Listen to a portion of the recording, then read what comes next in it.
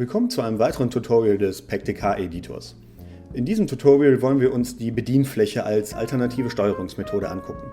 Dieses Tutorial basiert auf dem Basic-Tutorial, das zuvor gemacht wurde. Falls ihr dieses Tutorial nicht selber durchgemacht habt oder auch nicht mehr durchmachen wollt, könnt ihr euch die fertige Projektdatei auf der Homepage ziehen. So, hier ist unser bisheriges Basic Adventure und das werden wir jetzt in der Steuerung umändern. Zunächst mal müssen wir dafür die Maus-Icons wieder entsprechend ändern. Wir ändern jetzt, dass der Rechtsklick nichts macht und entfernen die Befehle von den bisherigen Mauszeigern.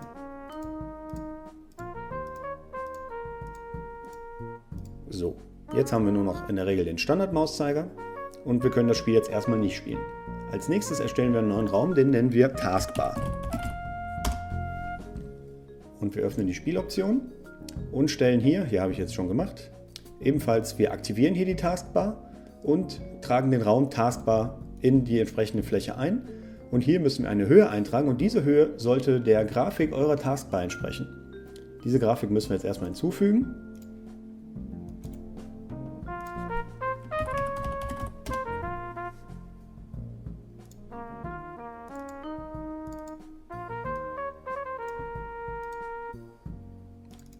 Und wie ihr schon gesehen habt, hat diese Taskbar jetzt eine Höhe von 144. Und die tragen wir hier auch als Höhe ein. Und wir tun noch ein paar Pixel mehr, weil wir verschieben das Ganze noch ein wenig nach unten. So, wir möchten, dass die Taskbar scrollend auftaucht und von unten. Also erstellen wir zunächst mal ein neues Objekt.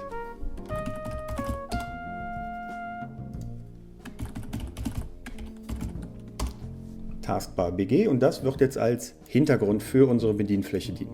Das ist die Bedienfläche und die fügen wir nun hinein. So.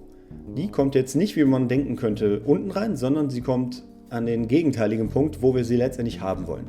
Denn diese Bedienfläche wird im Spiel dieser Raum wird im Spiel von unten nach oben raufgescrollt.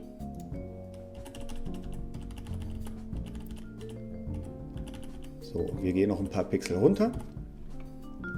Als nächstes erstellen wir hier dann eine Inventory. Passen das schön an, damit die Icons auch genau reinpassen. So.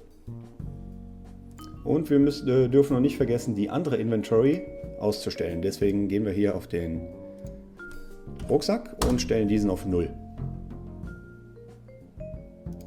So. Als nächstes müssen wir auch diese Inventory bedienen können, genauso wie wir das zuvor mit dem Subroom getan haben.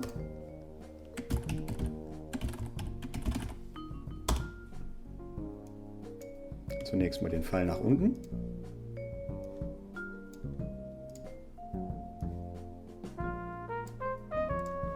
Den Pfeil nach oben.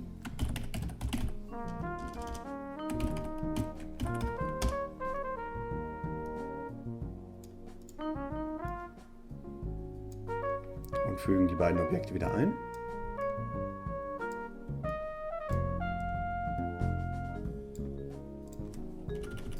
Und das Skript dafür funktioniert haargenauso wie vorher. Zunächst mal die On-Mouse und On-Mouse-Out-Kombination, um das Objekt aufleuchten zu lassen.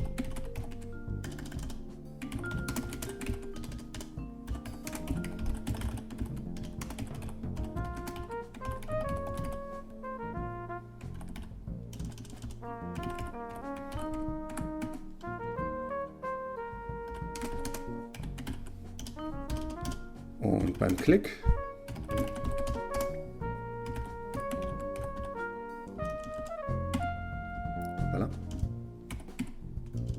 lassen wir die Inventory wieder um 4 Plätze nach oben scrollen, weil unsere Inventory auch wieder 4 Plätze in der Breite hat. Das Ganze kopieren wir für den nach unten Pfeil, ändern ihn entsprechend ab.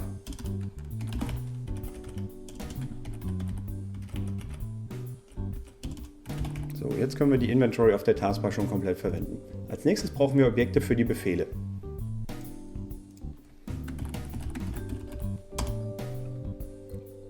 Fangen wir mit Schauen an. Und auch hier das gleiche Spiel, da wir das Objekt mit der Maus aufleuchten lassen wollen, erstellen wir wieder 2 Zustände. Und in dem Fall erstellen wir sogar noch einen dritten. Denn wir wollen auch, wenn das Objekt gedrückt wird, eine kleine Änderung sehen. In dem Fall gehen wir 1 Pixel runter und rechts mit dem Bild, so dass der Button aussieht, als wenn er nach unten gedrückt wird. Den fügen wir dann hinein.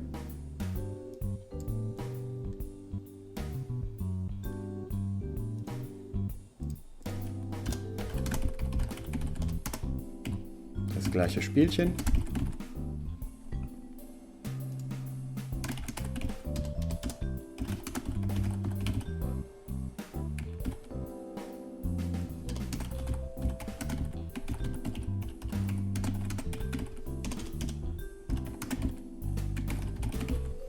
Und bei OnClick kommen folgende Sachen rein. Zunächst mal wollen wir jetzt einen Befehl ändern. Das, was wir vorher mit den Maus-Icons gemacht haben, müssen wir jetzt per Befehl regeln. Und zwar mit Command Look.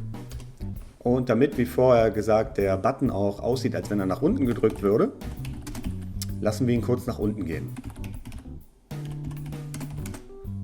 Dazu ändern wir wieder das Objekt und gehen auf, lassen ihn in der Reihenfolge 3, 2 hintereinander schalten.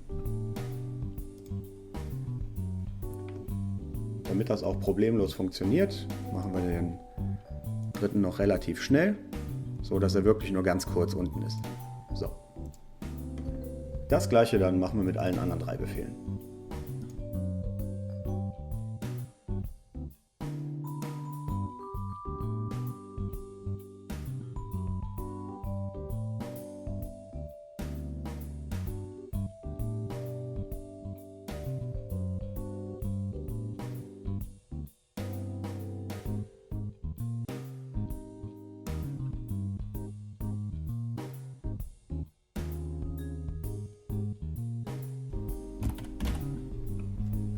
So, jetzt haben wir alle 4 Befehle drin, alle entsprechend geskriptet. Nochmal nach Rechtschreibfehlern gucken.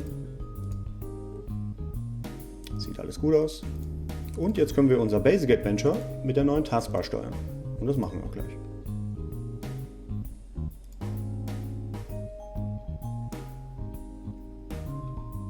So, hier ist die Taskbar. Die Buttons leuchten auf, wie sie sollen. Da haben wir einen vergessen. Zeige ich euch mal gleich eine andere Funktion.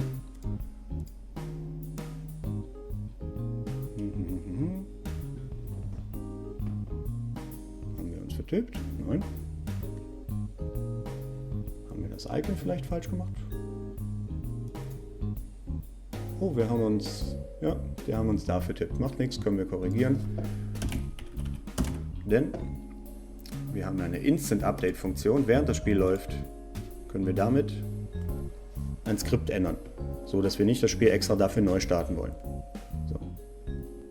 So, und das probieren wir jetzt auch aus. Wir schauen uns das Bild an, den Schlüssel und nehmen den Schlüssel mit.